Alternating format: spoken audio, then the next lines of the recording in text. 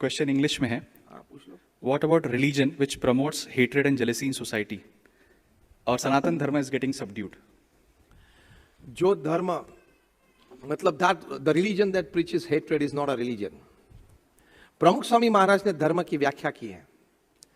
परस्पर प्रीति प्रसराए वो धर्म. अगर परस्पर प्रीति नहीं करवाता है वो धर्म नहीं है. That is in the name of religion you are doing something.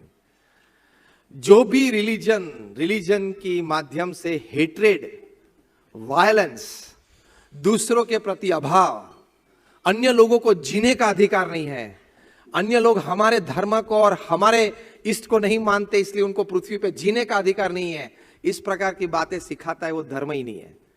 धर्म तो सभी के प्रति सहिष्णु भाव, सभी के प्रति प्रेम का भाव सिखाता है. तो वो धर्म नहीं है. वो धर्म के नाम पे कोई धंधा कर रहा है, चाहे वो फिर धार्मिक व्यक्ति कहलाता हो तो भी.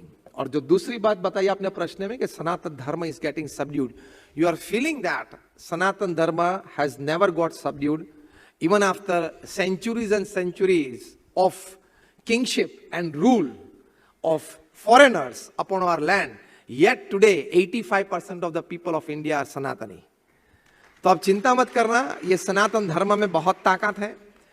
आप चिंता मत करना कि सनातन धर्म के मूल बहुत गहराई पे हैं और सदियों तक फॉरेनर्स ने इन्वेड करके सनातन धर्म को तोड़ने का प्रयत्न किया है, लेकिन वो प्रयत्न में वो सक्सेस नहीं हुए. आज भी सिर्फ सनातन धर्म सिर्फ जिंदा नहीं है, प्रज्वलित है.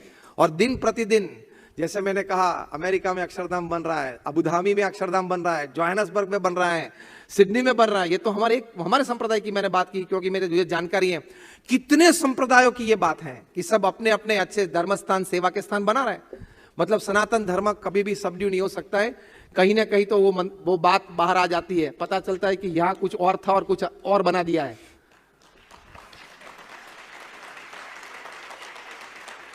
वो बात तो बाहर जरूर आती है और ठीक तरह से आती है, लोगों के समझ में भी आ जाती है, कायदे कानून के निगाह में आ जाती है और सरकार के निर्णय में भी आ जाती है कि यहाँ था कुछ और कुछ बना दिया.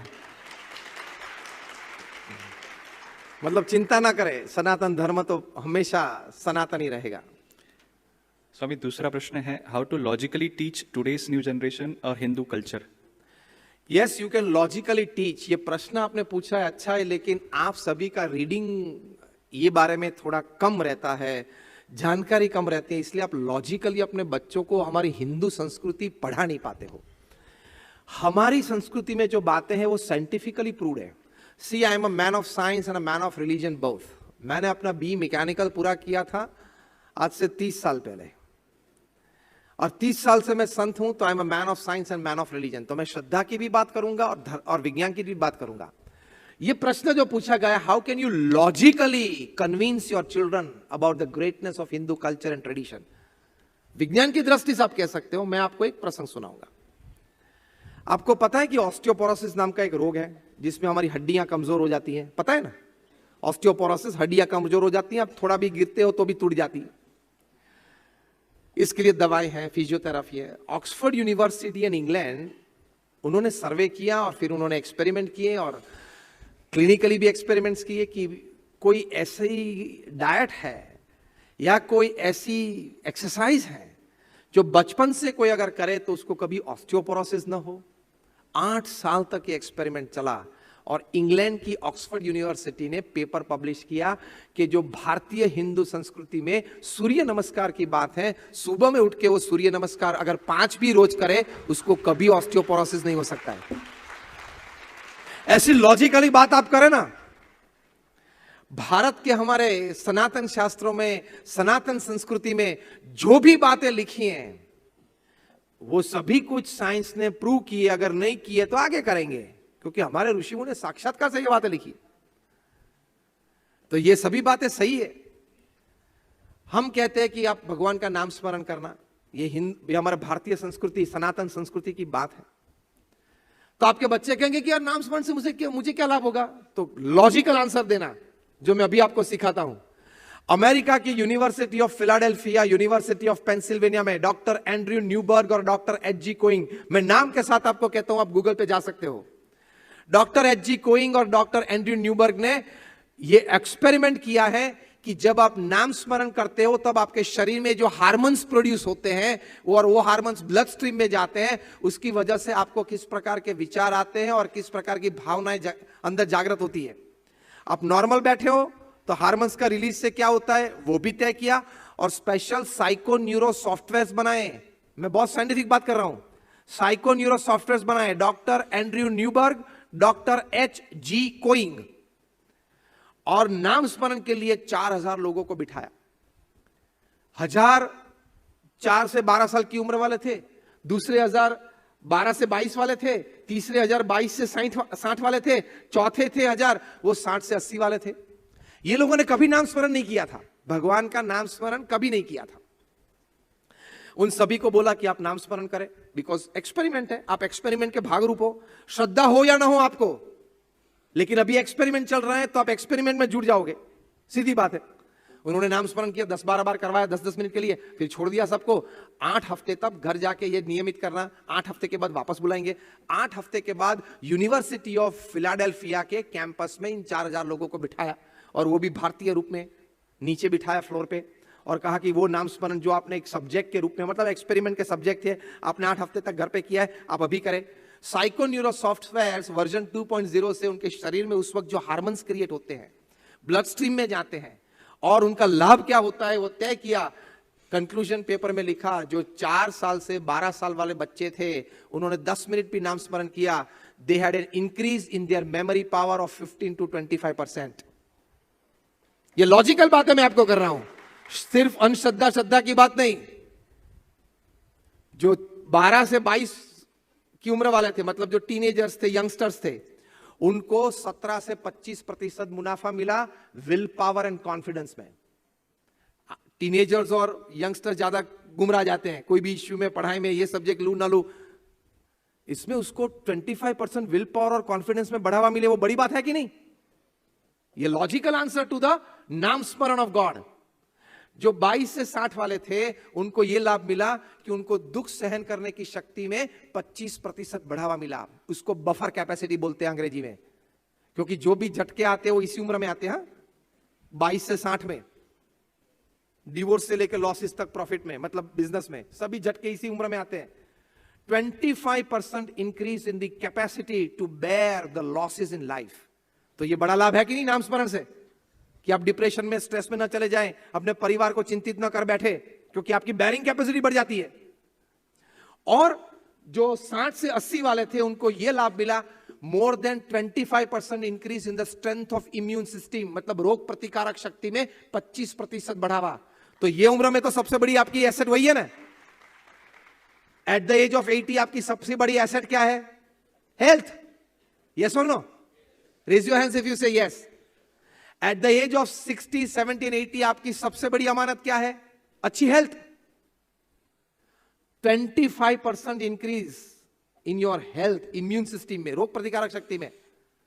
मतलब ये साइको न्यूरो सॉफ्टवेयर ने कहा कि आप भगवान का नाम स्मरण करेंगे तो आपकी मेमोरी पावर बढ़ती है, विल पावर बढ़ता है, कॉन्फिडेंस लेवल बढ़ता है, दुख सहन करने की शक्ति बढ़ती है, और आपकी रोग प्रतिकारक शक्ति बढ़ती है। तो नाम स्मरण करना चाहिए कि नहीं करना चाहिए? चलो स्वर्ग की बात छोड़ दो, ये 5 मुनाफे के लिए भी करनी चाहिए कि नहीं? आप तो बिजनेसमैन हो, मुफ्त में लाभ मिल रहा है। कोई आपको बोले कि 10 करोड़ ये दे दिए तेरे तुझे, मुझे इसका इंटरेस्ट भी नहीं चाहिए, जब भी तेरे को वापस करना है वो करना, अगर नहीं करना है तो नहीं भी करना, ये ले ले 10 करोड़। मजा आती है कि नहीं? ये सिर्फ बात सुनने में मजा आ गई। देखो, मिलते हैं जब जो आनंद होता है उसमें 1% आनंद तो ये बात सुनने में आ गई। तो ये 5 बातें मैंने आपको बताई, वो कितनी बड़ी, ये 10 करोड़ से भी ज्यादा बड़ी बात है आपके जीवन में। तो ये नाम स्मरण से होता है। ऐसी मेरे पास 500 बातें हैं, लॉजिकली प्रूव्ड। मैं आपको नाम, एक्सपेरिमेंट का नाम, साइंटिस्ट का नाम, कभी एक्सपेरिमेंट हुआ था और क्या कंक्लूजन पेपर है, ऐसी 500 बातें मैं आपको कर सकता हूं। ये आप लॉजिकली अपने नेक्स्ट जनरेशन को समझा सकते हो कि हमारी संस्कृति में जो भी बातें हैं, it is absolutely scientific. Thank you. Swami, हिंसा को लेके प्रश्न है। मानव हिंसा जो होती है, विकृति आती है स्वभाव में, और जो बहुत जगह पे पशु हिंसा भी जो अभी हो रही है, तो उससे रिलेटेड हमें क्या करना चाहिए? धर्म क्या कहता है? धर्म तो यह कहता है कि कोई भी प्रकार की हिंसा कभी नहीं करनी चाहिए। जिन जगहों पर प्रणालिका से, परंपरा से कुछ हिंसाएं होती हैं, वो कोई न कोई समय पे कोई न कोई समझदारी में कमी थी, या कोई न कोई क्षेपक श्लोक शास्त्रों में डाल दिए इसलिए होती है। First of all, the basic thing of any religion is non violence. हाँ या ना? किसी को दुख पहुंचाने का हमारा अधिकार नहीं है। मारने की बात तो छोड़ दो, मारने की बात छोड़ दो, दुख पहुंचाने का अधिकार हमारा नहीं है, किसी को चोट पहुंचाने का अधिकार नहीं है। तो धर्म का पहला सिद्धांत है किसी भी प्रकार की हिंसा ना करें, पशु की भी ना करें, क्योंकि every living existence has the right to live upon this earth. हाँ या ना? भगवान ने जो सृष्टि बनाई है, तो इस सृष्टि में जो छोटे से छोटा जीव है, मतलब एक छोटी चींटी है, उसको भी ये पृथ्वी पर रहने का अधिकार है कि नहीं? हमारा जितना है उतना ही उसका है कि नहीं? तो मारने का हमें कोई अधिकार नहीं है। बेचारी छोटी चींटी है, छोटे पशु पक्षी है, उनके पास मनुष्य के जितनी बुद्धि और शक्ति नहीं, उसका मतलब ये नहीं है कि हम उसको मार दें। We are at the top of the animal kingdom, तो हमारे पास ये अपेक्षित है कि हम करुणा भाव रखें, प्रेम भाव रखें, छोटे पशु पंखी उनका पालन पोषण करें। ये सहिष्णुता का भाव है, दया का भाव है। तो हिंसा तो वर्जित है सभी धर्मों में, और अगर कोई सिखाता है धर्म के नाम पे, तो वो व्यक्ति कुछ झूठ बोल रहा है, कुछ गलत कर रहा है, और ऐसी बातें कोई धर्मशास्त्र में, धर्म में नहीं है। स्वामी, अंतिम प्रश्न है, बिकॉज समय थोड़ा सा हमारे पास कम है। कोई बात नहीं, समझ सकते हैं। स्वामी, भक्ति में कंसिस्टेंसी, बहुत लोग भक्ति करना चाहते हैं, उसमें कंसिस्टेंसी। और दूसरा एक प्रश्न ज्वाइंट कर देता हूँ कि हम देने की बात करते हैं, द जॉय ऑफ अदर्स, हमारे पास से जब चला जाता है और हमारे पास परिपूर्ण नहीं है, तो देने की बात जो है उसमें हमको दिक्कत होती है। तो ये दो बातें, भक्ति। दो बातें। पहली बात, भक्ति में कंसिस्टेंसी वो क्यों नहीं रहती है, मतलब सातत्य भाव क्यों नहीं रहता है? क्योंकि भक्ति को धंधे के साथ जुड़ा हुआ है। इसलिए मैं समझाता हूं कैसे, कि ये अगर धंधा मेरा 1 करोड़ से 2 करोड़ का हो जाए, तो मैं वहां जाके थाल भोग चढ़ाऊंगा। Most foolish thing upon this earth. भगवान के साथ क्या सौदा होता है? ये तो आपने सौदा किया। और या ये करते हो, मैं 101 बार वहां जाके चद्दर चढ़ाऊंगा, वहां वो धर्मस्थान में जाके किसी को मूर्ति को हार पहनाऊंगा, या वहां वो धर्मस्थान में जाके 10 ब्राह्मण को भोजन खिलाऊंगा। मुझे 101 बार करना है। क्यों? लड़की की शादी अच्छी हो जाए। ऐसी जो मान्यताएं हम रखते हैं, वो सौदा है, वो भक्ति नहीं है। वो आपने सौदा किया, दिखती है आपको भक्ति। दूसरी बात, पता है 2 प्रकार के भिखारी होते हैं, एक मंदिर के बाहर बैठे होते हैं, एक मंदिर के अंदर होते हैं।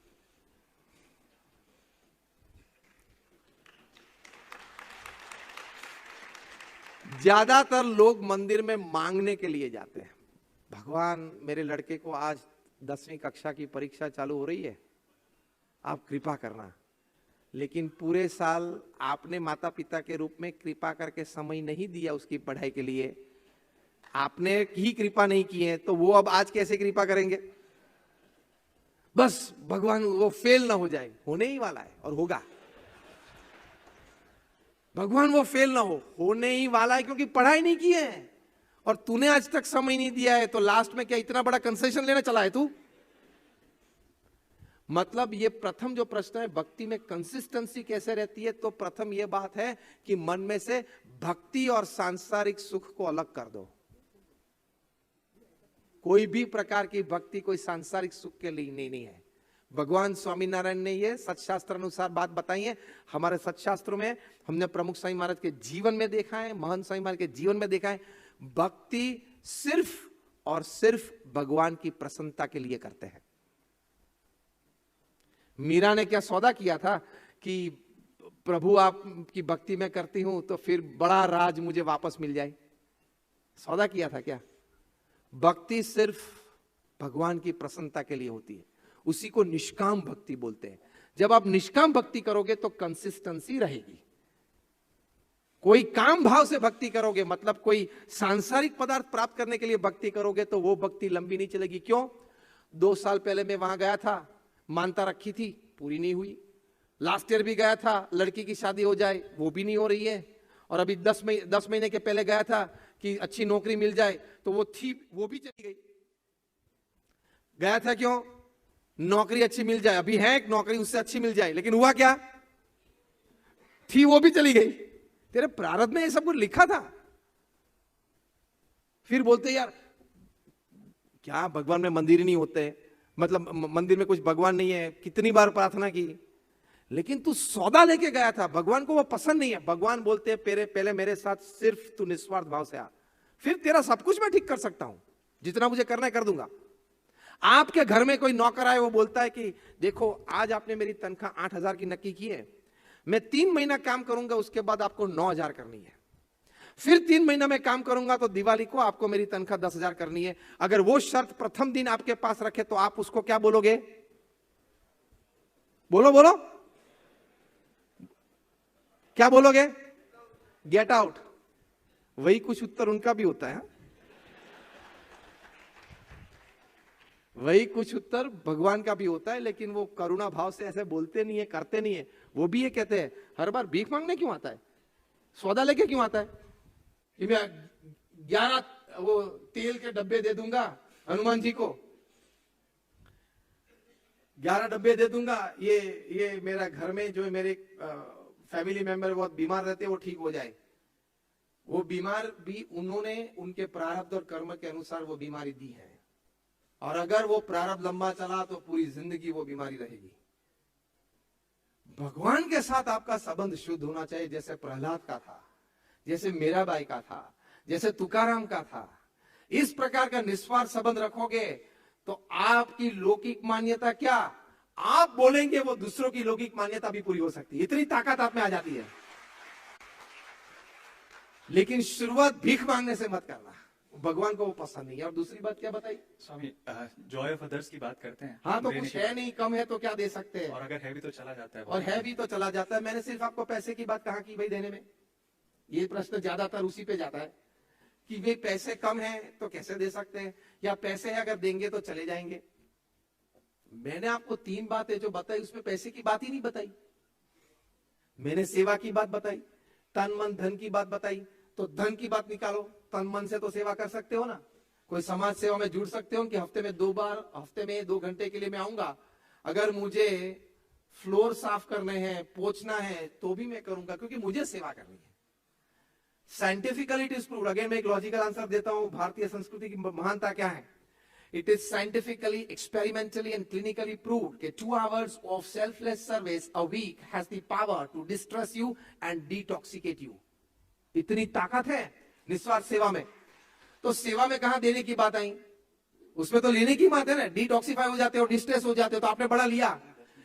सेवा और भक्ति 2 क्षेत्र ऐसे हैं जिसमें आप समझते हो आपने कुछ दिया, आप लेते ही हो। समझे मैं क्या बोल रहा हूं? सेवा और भक्ति 2 क्षेत्र कैसे हैं जिनमें आप ये समझते हो कि मैंने कुछ दिया। नहीं नहीं भाई साहब, आपने जो दिया उससे 10 गुना आपको मिल ही जाता है। मैं सिर्फ पैसे की बात नहीं कर रहा हूं, आंतरिक सुख, आनंद, सद्विचार, सत्प्रवृत्ति की प्रेरणा, सेवा, ये सभी। प्रमुख स्वामी महाराज को हरकिशन भाई मेहता ने मुंबई में इंटरव्यू में पूछा था कि आपके जीवन का कोई ऐसा प्रसंग है कि याद करते ही आपको दुख हो जाए। प्रमुख स्वामी महाराज ने कहा नहीं, सभी प्रसंग आनंद के हैं। प्रमुख स्वामी महाराज का भव्य सम्मान ब्रिटिश पार्लियामेंट, कैनेडियन पार्लियामेंट में स्टैंडिंग ओवेशन के साथ हुआ है। ऐसा ही भयंकर अपमान लोगों ने अज्ञात अवस्था में कोई मिस इन्फॉर्मेशन से किया है। दोनों परिस्थिति में हमने प्रमुख स्वामी महाराज को स्थिर देखा है, स्माइलिंग देखा है। वो बड़ी एसेट है कि नहीं लाइफ की। तो ये सेवा और भक्ति से आती है। तो सेवा और भक्ति बिजनेस जैसा नहीं है कि आपने डाला तो आएगा कि नहीं वापस, या चला जाएगा, ऐसा नहीं होता है। सेवा और भक्ति में तो आप जो कुछ भी डालते हो, समय डालते हो, पैसे डालते हो, एनर्जी डालते हो, कोई और रिसोर्सेज डालते हो, वो 10 गुना, 20 गुना, 100 गुना होके और कोई ना कोई स्वरूप में आपके पास आता है। अच्छे दान देने वाले परिवार होते हैं, उनमें पारिवारिक संबंध बहुत अच्छे होंगे, ज्यादातर आप देख पाओगे, देखना फैमिली का आनंद बहुत होगा, और कोई स्वरूप में भगवान आपको दे देते हैं। भगवान ने यह तय किया कि पैसे के सामने मैं शायद पैसा भी दूं, शायद कोई देह का दर्द भी मिटा दूं, शायद पारिवारिक कोई झगड़ा हो तो वो भी मिटा दूं, शायद 10 साल के बाद कुछ बड़ी नौबत आने वाली हो वो भी मैं निकाल दूं। ये सभी भगवान की देने की बात है, वो पता नहीं होता है कैसे देते। छोटे बच्चे को पता है कि मेरी चॉकलेट के लिए किसने पैसे दिए? उसको तो छोटे बच्चे को पता है कि चॉकलेट पैसे से मिलती है। वो तो आप चॉकलेट देते हो, खा लेते, आनंद करता है ना। उसको पता नहीं है मेरे पिताजी के जेब में से ये पैसे गए हैं। उसी तरह हमको जो छोटे छोटे आनंद मिलते हैं ना सेवा भक्ति में, हमें पता नहीं है कि उसका पेमेंट उन्होंने किया है। जो सुख और आनंद जीवन में मिलते हैं उसका भी एक पेमेंट किया उन्होंने। जैसे आपने पेमेंट बच्चे के चॉकलेट या बिस्किट के लिए किया, उसको पता ही नहीं है कि इसका कुछ पेमेंट की सिस्टम है। तो हमें भी पता नहीं कि किस प्रकार से वो हमारी रक्षा करते हैं, किस प्रकार से हमें आनंद देते हैं। वो पेमेंट करते हैं बड़ा। तो कहने की बात यह है, अंतिम वाक्य यह है, श्रद्धा रखना, कीप फेथ। आप रात को गाड़ी चलाते हो तो लाइट तो 15 फीट ही जाती है, तो आप ये प्रश्न नहीं पूछते हो कि मेरा घर तो अभी 10 किलोमीटर दूर है, आगे तो अंधेरा ही दिखता है, मैं कैसे वहां पहुंचूंगा? भाई साहब, गाड़ी चलाते रहना, प्रकाश आगे आगे बढ़ता रहेगा। ये उत्तर है।